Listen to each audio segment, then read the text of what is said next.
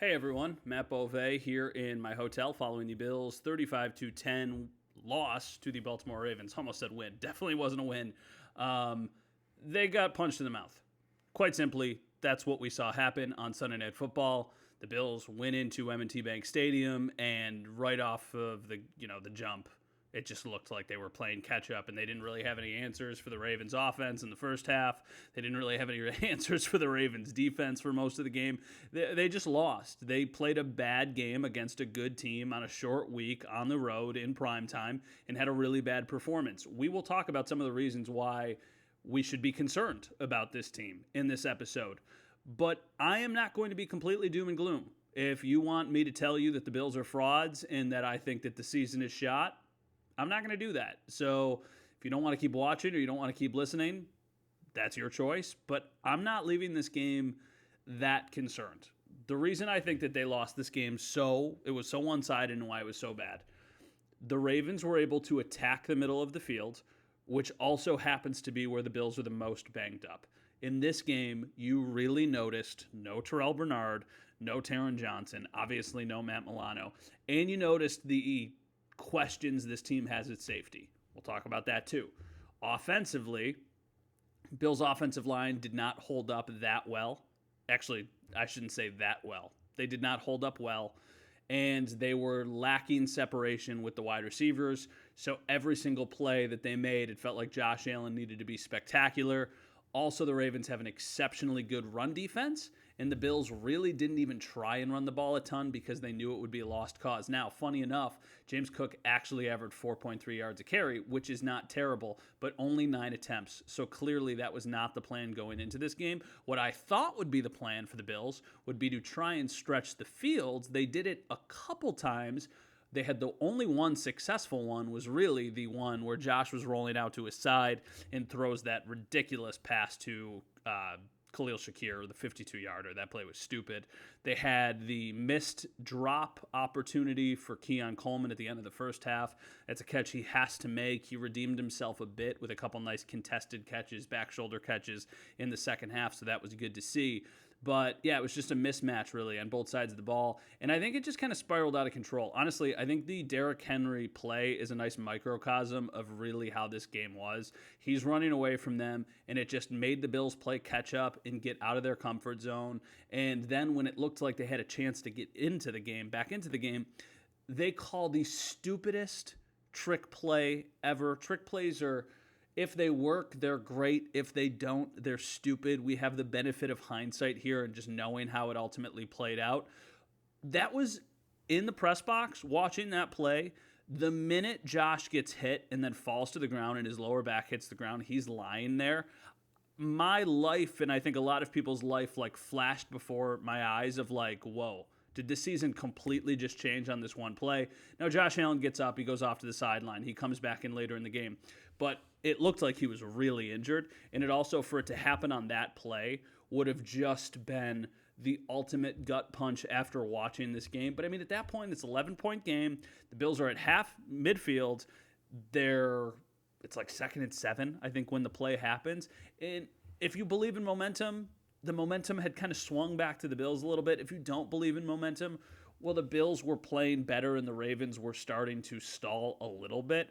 But then right from that moment on, I mean, they have that play, there's the turnover, and then it was just like, okay, this game is over. And then it became especially over when Bass missed that field goal later on. That would have made it a two-possession game. They didn't even have a chance to make it a two-possession game, and that's when it just really ended. That's another thing we'll talk about, Tyler Bass.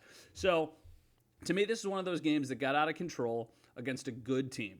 And they were never able to get it back in control, but even playing as poorly as they did in the first half, they still somehow got within striking distance in the second half and almost made it a game. I think that there are a lot of things that need to be cleaned up. I think there's a lot that this team needs to do better. I think as they get a little bit healthier, we will see improvements, especially on the defensive side of the ball. They need Taron Johnson back on the field. Cam Lewis has done a fine job, but this was his worst game. And you could tell with the missed tackles and just the plays where he was out of position. There was the screen pass on 3rd and 15 where he gave way too much of a cushion. They convert that. That goes from what should have been a field goal to eventually a Ravens touchdown. Like, those just back-breaking plays cannot happen. So there was that. There were the missed tackles. He had a missed tackle that turned into a Ravens touchdown. I think it was Justice Hill.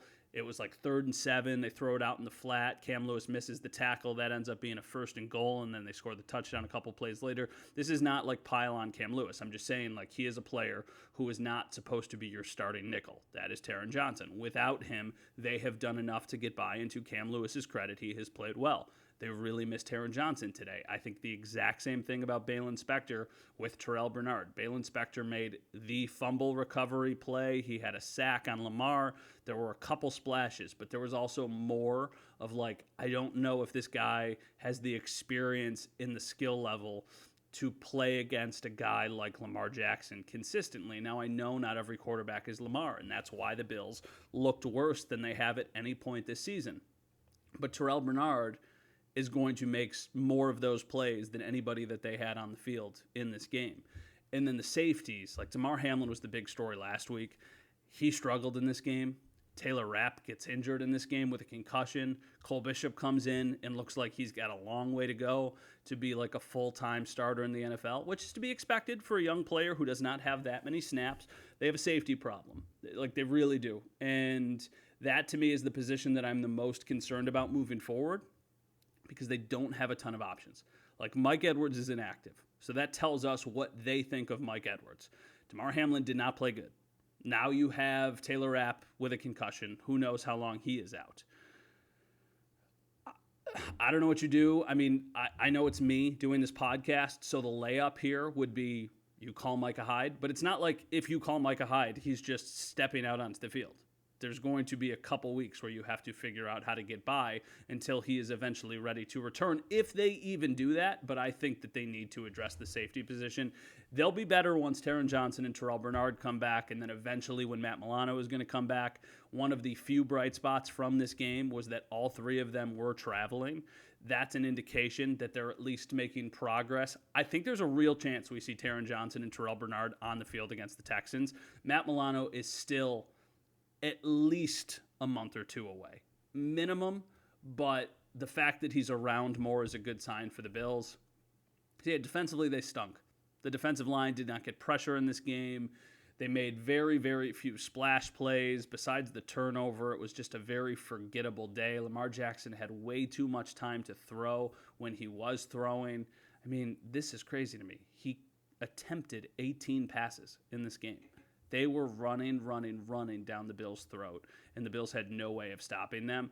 And, like, that's the other thing. You could say, like, wow, this team's got a problem with run defense. Yeah, but it's also Derrick Henry, and he had an 87-yard run. Like, it just got away from him, and then at that point, you know, you're overcommitting to the run after you get absolutely gashed on the Ravens' first offensive play of the day, and then that makes you even more in your head because you're thinking about not letting him break off another big run, which then opens up things in the passing game. I mean, what if I told you this is absurd? Isaiah Likely, 26. If I told you this stat line before the game, you would have said, oh my gosh, the Bills are going to win. Justice Hill had 78 receiving yards. That's good.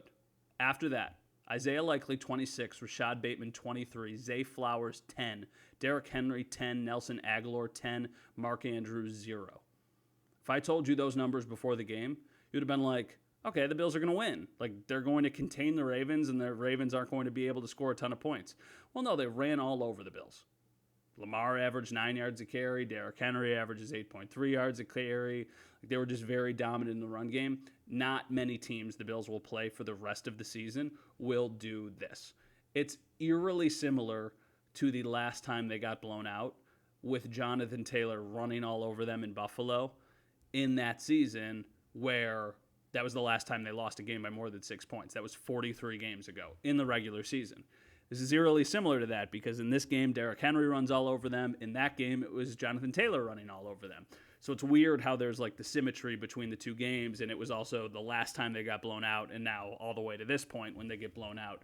But It's like one of the things that they don't do. They don't get blown out. They don't give up big plays. In this game, they got blown out and they gave up big plays. It's almost like there's some sort of correlation there. But I think a lot of this is just about the Ravens playing a really good game. Shifting back to the offense. After the game, we're standing in the the post-game press conference room. Josh Allen comes out. We've seen Josh Allen after a lot of these losses, and there's times when that dude just looks defeated. He looks like he went through a war. He looks like he's just deflated and just doesn't have anything left in him and feels like he's like really, really taking the loss hard. Just my opinion. I did not feel that way at all after this game. This guy came in the press conference, and my vibe that I was getting from him is basically like, we played bad. They played good. It's week 4. We will figure this out. Some people might not like that. Some people might say, I don't want my quarterback to be thinking like that. I want him to be crushed after every game. I am not one of those people. I think that that's a sign of growth. I think that's a sign of confidence that they will figure it out. I think that's a sign of maturity. I also think, like, having the Texans coming up, like getting this little piece of humble pie now is probably a nice wake-up call for the Bills, realizing like, hey, we got a lot of stuff we got to be better at if we truly are going to be one of the best teams in the league. I always think with the NFL, there's only 17 games. It is so easy to overreact every week that last week people got too high on the Bills. It was like, oh, are they the best team in the NFL? Got there way too fast. It's only 3 games. Now, people are going to try and go the other way. People are going to say they're frauds. The only good team they play, they lose to by 25 points. And that's, once again, too far. The truth is somewhere in the middle, and it's much closer, in my opinion, to the Bills still being a good team. Hindsight is a heck of a thing. If I told all of you listening or watching this a month ago they would be 3-1 to start the season, you would say, okay, that's fine. Like, let's see what they do in these next 2 games. Look around the league. It is a weird league. The Jets scored 9 points at home against the Denver Broncos today. They are 2-2. Who knows what the Dolphins do with Tyler Huntley against the Titans on Monday Night Football? The Chiefs play a close game on the road against a banged-up Chargers team. They score 17 points. Weird stuff happens in this league. What happened on Sunday is not directly going to correlate to how the Bills look against the Texans. They should have more success offensively against that defense, even though there are some nice playmakers on the Texans. And you would like to think that they're going to be able to tighten up defensively in their own right. I mean, once again, what happens one week does not correlate to the next week. Houston was losing to the Jags with 18 seconds left in their game. They score a touchdown, they take the lead, they win by 4 points. The same Jags team the Bills just beat by 37.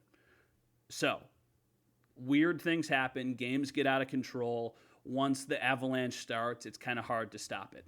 That is very much how I feel about this Ravens game. They got to clean a lot up, but the sky is not falling yet. Once again, it's not my biggest concern because it is definitely not the reason they lost this game. They have to figure something out with Tyler Bass.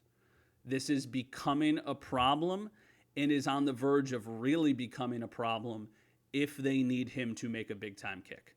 He makes the 50-yarder at the beginning of the game. That's good. He makes the extra point on the touchdown. That's good. Pulled the one left from 48 yards when that was their only hope of staying in the game was him making that kick, and he doesn't make it. It's just becoming an issue. Every week we are talking about him. And look around the league. Like, you look at these kickers. Some of these guys are making kicks from 50, 55, 60 yards, and they're doing it routinely. I mean, I want to look this up. I'm doing this on the fly. I think Tyler Bass is 5 of 7 for the year on field goals. Like, that's not good enough. That needs to absolutely be better. He is he is 6 of 8. So he has 6 makes, and he has 2 misses. That is not good enough. These are just like basic numbers here. Now, the sample size is small, but I think they need to bring somebody in just to work them out. And I think if we're having the same conversation again in a week, then maybe you just sign a kicker. And I don't think financially it would make sense to cut Bass, but I think you maybe just have him inactive for a couple weeks and see what somebody else is able to do. And I know that this is all a mental game and that you don't want to completely wreck his confidence, whatever is left of it. But you need him to make kicks. And I know he made the first one, but he didn't make the second one, and that cannot happen. And I know I jokingly all the time talk about Micah Hyde on this podcast, but I don't know why you wouldn't call him. I know he's not the same player. I know he's got the neck injury and the history there, and you don't know how much he could hold up. But he's got to be better than the other options you have. So that's why that would be something I would look into. I think that they've got a lot of soul searching to do this week, but I think they will. One of the things this team has done a good job over the years is that when they have a bad game, they rarely follow it up with another bad game. Also, just it's a weird league. So there's a lot that you could take away from this game. I just feel like the Bills laid an egg. The Ravens played good. It got out of control fast, and that's where we are. So the Bills were 3-1 to start the season. If you're somebody who looks at the season in 4-game segments, I know it's harder now with the extra game, but if you break it up into sections, if you take 3-1 over the course of the season, you're really sitting pretty. We always thought these first 6 games were going to be hard.